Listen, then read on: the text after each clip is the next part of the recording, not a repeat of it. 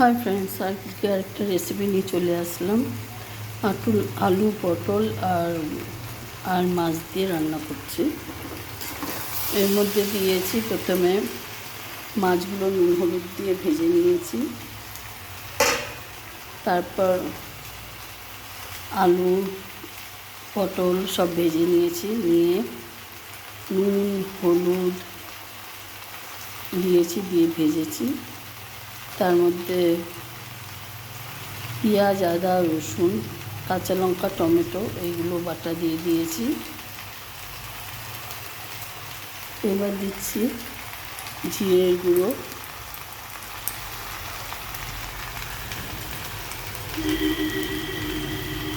ধনের গুঁড়ো, লঙ্কার গুঁড়ো। ভাজার সময় হলুদ দিয়েছিলাম, আলু পটল ভাজার সময়। এবার আবার হলুদ দিয়ে দিলাম, স্বাদের জন্য নুন দিয়ে দিলাম।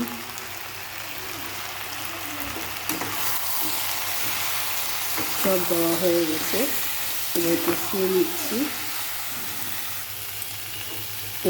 কষিয়ে নিচ্ছি।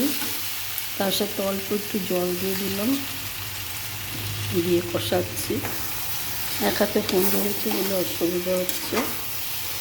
এবার একটু জল দিয়ে দিলাম, আর একটু জল দিচ্ছি, দিয়ে কষিয়ে নিচ্ছি। ভালো করে কষানো হয়ে গেলে দেখেন এখন কি সুন্দর রঙটা বের হয়ে যাচ্ছে।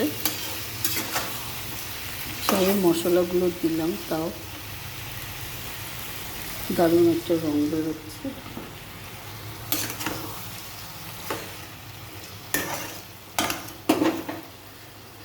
ভালো করে সব ভেজে দিয়ে নুন হলুদ দিয়ে পটল ভেজেছি, আলু ভেজেছি, দিয়ে মাছ ভেজেছি, সব ভেজে দিয়ে তবে মশলা দিলাম। মশলার মধ্যে পেঁয়াজ আদা রসুন কাঁচা লঙ্কা টমেটো,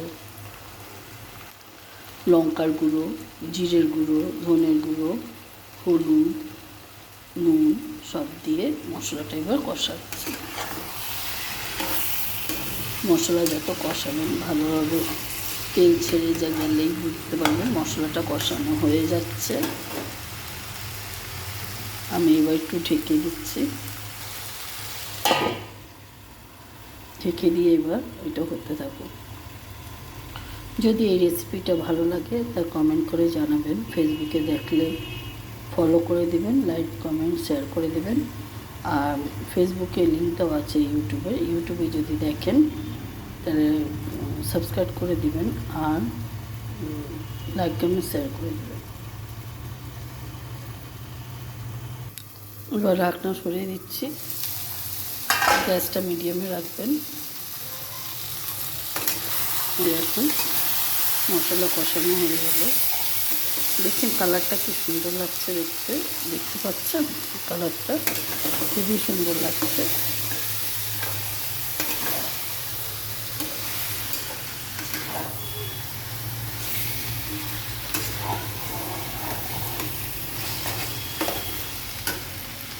কষানো হয়ে গেল,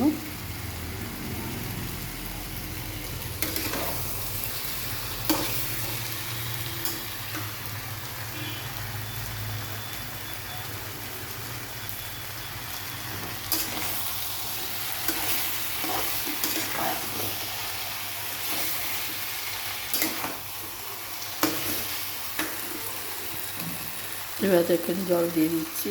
আপনারা বুঝে দিবেন, আপনারা মাখা যদি খান সেই বুঝে জলটা দেবেন। আর ঝোল দিয়ে যদি খান একটু ঝোল তাহলে সেই বুঝে জল দেবেন।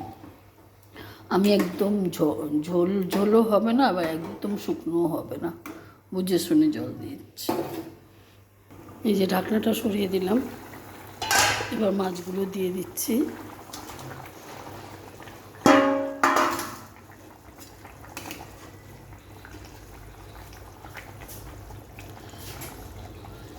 রেসিপিটা ভালো লাগলে কমেন্ট করে জানাবেন। এই দেখেন ঢাকনা খুলে দিলাম, হয়ে গেছে রান্না কমপ্লিট। গ্যাস বন্ধ করে দিচ্ছি।